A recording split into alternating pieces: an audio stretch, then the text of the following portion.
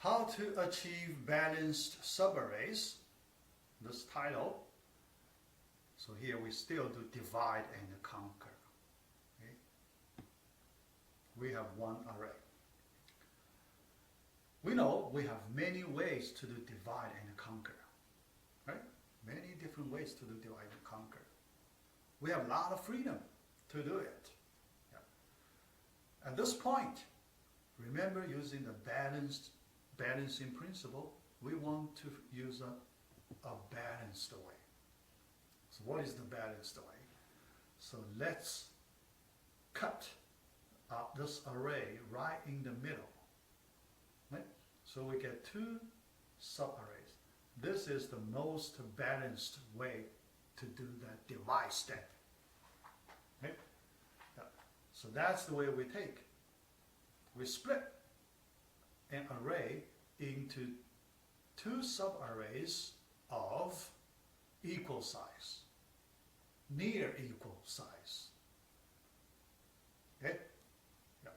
So this step is very easy, trivial. Let's see. All right.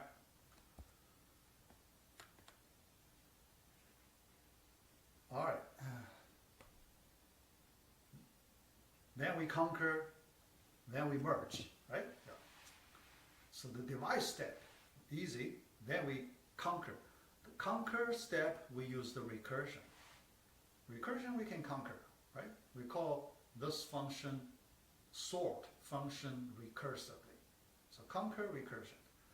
Then combine, the combine step, merge step. That's the combine step.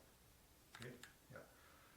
Make the split as even as possible. So we can do this step easily.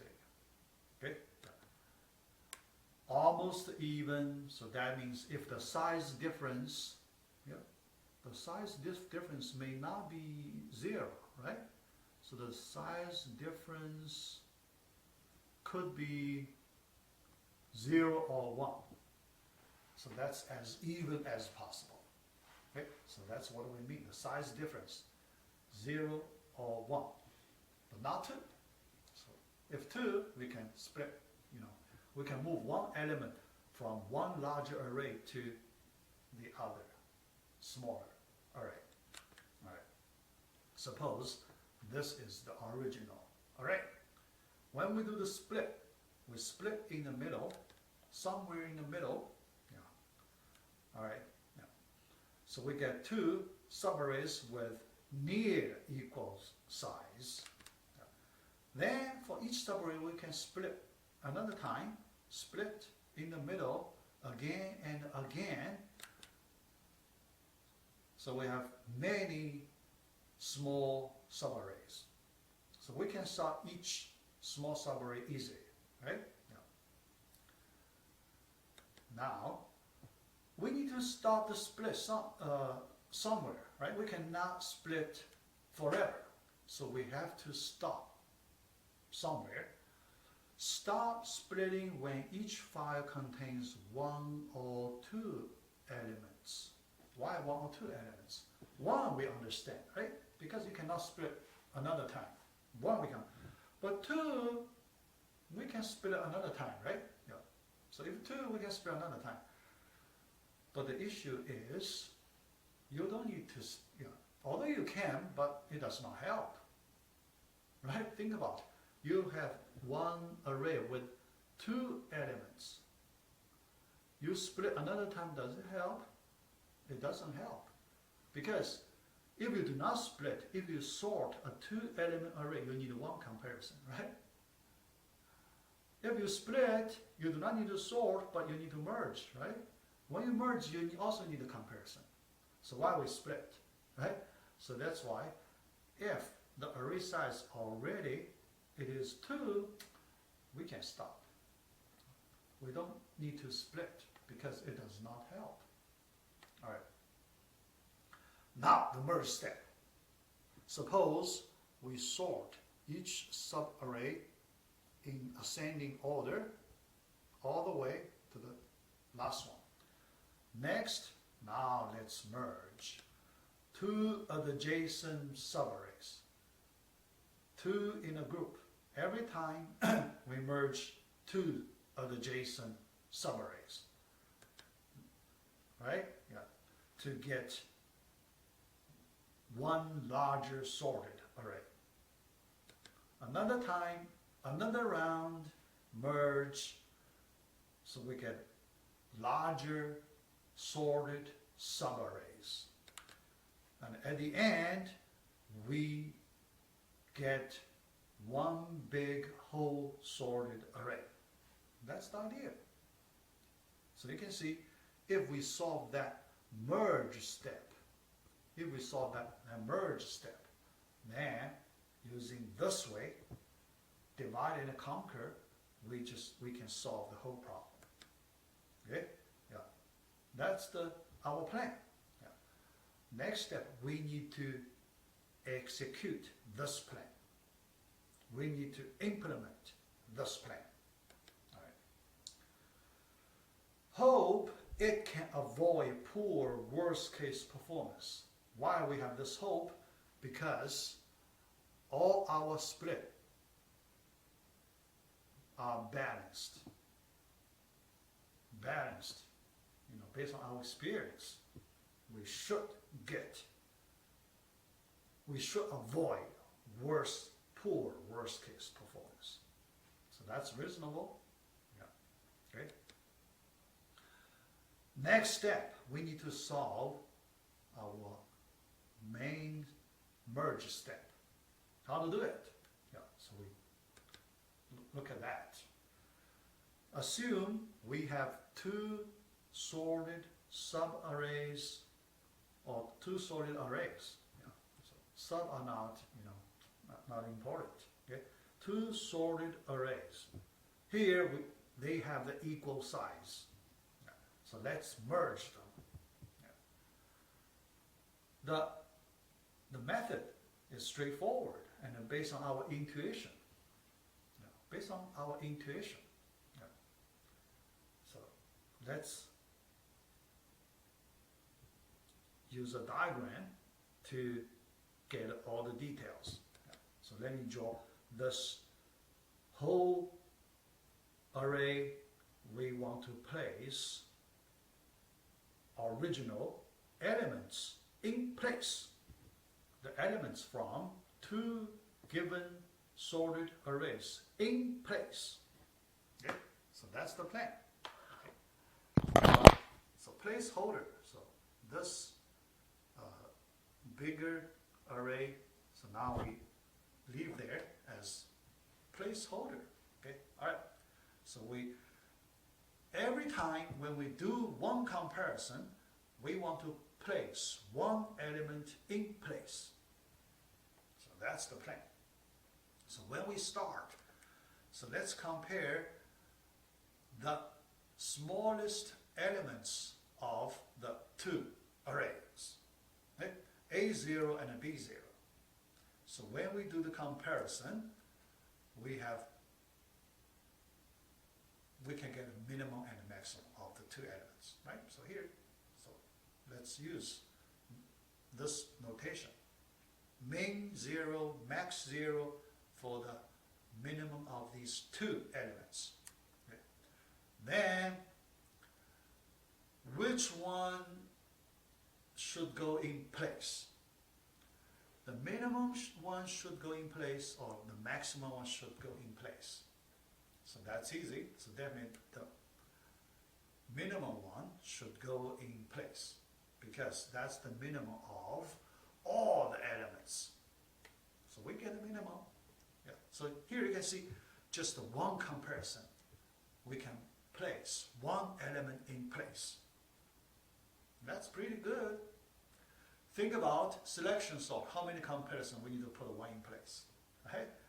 So large number, yeah, but here only one comparison. Big improvement. All right. Next step. Next step, I want to consider two cases. The case one, B0 is the max element of the two. The first case. Okay? If B0 is the max one of the two, then that means B0 is still there. We need to compare it with the next A1 element. A1 and B0, we need to do another comparison. The smaller one will be in place the second time, right? So the main one, that's the minimum of A1 and B0, and the second time after the second comparison, min 1 is in place. Min 1 is in place. See? And that's case 1, right? So, all right. We can look at the case 2. Case 2, so this time A0 is max 0. So A0 left after the first comparison. The next comparison we should compare A0 with B1. And we get a min 1 and we put it in place. Okay? So here you can see we just keep doing comparison like this. Yeah. Every time we can add one element in place. And after the last step, when we should stop. So you can see for the worst case, yeah, this time we consider the worst case. Every time we will add one element in place, one after another, all the way, then second to last, we still need one comparison and put one in place. But for the last step, only one element remains. We do not need to do any more comparison. So the last one is automatically in place without any comparison. So you can see for the worst case, we can get the maximum number of comparisons we need to do, the total number of the elements minus the last one. Okay? So if we write the answer, the last one, yeah, so I need one comparison, except the last one. So we don't count the last one. Okay? So the answer for this question, 2k minus 1. Total size 2k minus 1. Yeah. So that's easy. So that's the worst case. How about the best case? How about the best case? So let's look at the, yeah. All right. So before we look at the best case, yeah. So let's, still worst case, but this time we consider a more general case. So the two subarrays may not have the same size, general case. The first subarray, the size is n. The second subarray, the size is n. Okay? So we still do the same thing as before, but this time the last comparison, we put one element in place, the subscript n plus n minus 2. Right? Yeah. Subscript. Okay? From 0 to this number. Yeah. Then the last one in place. Okay? Yeah. What is the worst case efficiency for this general case? Very easy. The answer, n plus n minus 1. That's the answer. Okay? But this is for the worst case. All right. We need to consider the best case. Right? The best case. This time, the best case. Right? The best we can get. The minimum number of comparisons. So think about that. All right. Under what situation we can get the minimum number of comparisons? Okay. All right. For the best case, this time we want to maximize the number of elements placed in the result array without comparing. comparisons. Yep. If we can put many elements in place without comparisons, then we can reduce the total number of comparisons. But the question is, how can you put some elements in place without comparisons? Yes, we can. If you recall our previous, the worst case, the last element we can put in place without comparison, right? Yeah. So now, can we put more elements in place without comparison? Yeah. Yes, we can. So think about it. If the B0 element is greater than all the elements in A array, then after we put a B0 in place, all the remaining elements are automatically in place. We do not need to do any comparisons. That observation, okay? So for the best case, we need to have that observation. That means one element, the smallest element in one array, can beat all the elements in the other array. Then we need the minimum number of comparisons. Okay? Yeah. So with that observation, B0 is greater than the largest element in A array. If that condition holds, then we get a minimum number of comparisons. Okay? Yeah. So after that, all the remaining elements are in place automatically. Okay? Yeah. So that we can do like that, and the answer is simple, K. Because you need to do K comparisons. You need to do K comparisons. Okay? Yeah. All right. Best case for general merge step. Best case for general merge step.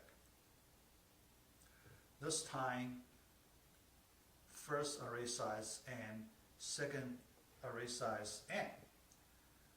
What is the answer? Okay?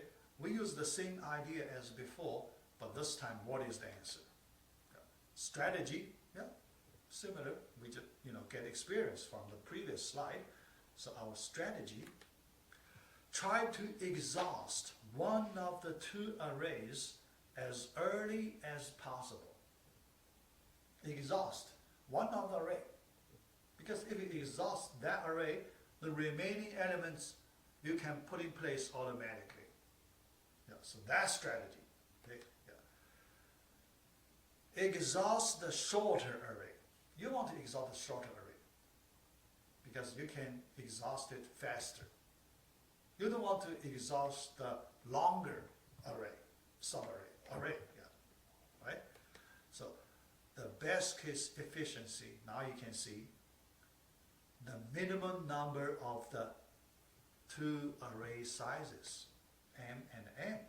So the answer is min of m and n. Yeah. So that's the answer for the best case. Okay? Yeah. So after this analysis, we complete the whole merge step. Okay? So we are ready to complete the merge sort. Yep. Because the key step, merge step, we completed. Yep. Remaining recursion, function call, based on the analysis we did before, we can write a program to solve the sorting problem using the merge sort. All right, so that's our video number 2. Okay. So video number 3, we will do analysis. We have to know if this merge sort can give us a satisfied efficiency. Yeah, that's important. All right. So let me stop here.